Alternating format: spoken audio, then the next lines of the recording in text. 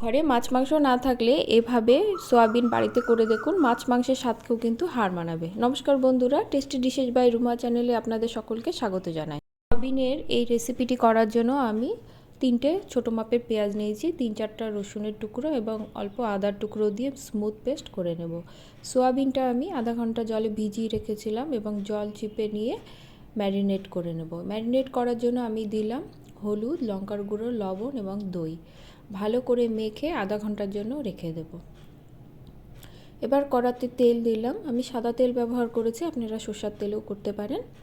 এবার বড় করে কেটে রাখা আলুগুলো দিয়ে অল্প নুন হলুদ দিয়ে লাল করে ভেজে তুলে নেব। ওই তেলেই আমি ম্যারিনেট করে রাখা সয়াবিনটাও দিয়ে দেব। গ্যাসের হিটটা মিডিয়াম করেই কিন্তু সয়াবিনটা ভাজতে হবে, দই থাকার জন্য একটু লেগে যেতে পারে।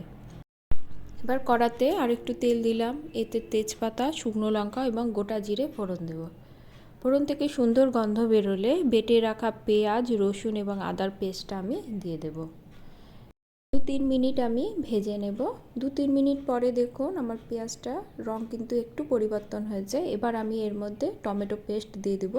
আমি একটা বড় মাপের টমেটো পেস্ট করে নিয়েছি।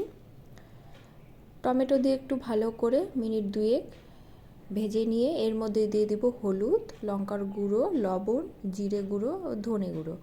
অল্প জল দিয়ে মশলাটা কিন্তু ভালো করে কষিয়ে নিতে হবে।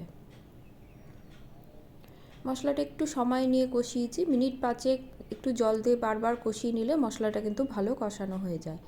মশলাটা কষানো হয়ে গেলে এর মধ্যে আমি ভেজে রাখা আলুটাও দিয়ে দিব। আলুটা দিয়ে আরও মিনিট 2 মতো ভেজে নেব। এর মধ্যে অ্যাড করব ভেজে রাখা সয়াবিন। আরও মিনিট 1.5 থেকে 2 মিনিট ভেজে নিলেই কিন্তু মশলাটা কষানো হয়ে যাবে। এবার আমি জল দেব। আমি একটু ঝোল রাখবো, তাই জলের পরিমাণটা একটু বেশি দিয়েছি, আপনারা আপনাদের মাপ অনুযায়ী জলটা দেবেন। এবার আমি ঝোলটা ফুটতে দেব, গ্যাসের ফ্লেমটা মিডিয়াম করে দেব। মিনিট 7 পরে দেখুন ঝোলটা আমার বেশ ঘন হয়ে এসেছে এবং আলুগুলোও কিন্তু সেদ্ধ হয়ে গেছে। এবার আমি এতে অ্যাড করে দিলাম গরম মশলার গুঁড়ো। গরম মশলা আমি হাফ চামচের একটু কম দিয়েছি, আর দিয়েছি 1 চামচের মতো ঘি। ভালো করে মিশিয়ে নেব। এই তরকারিতে ঘি পড়লে কিন্তু টেস্টটা একটু বেড়ে যায়।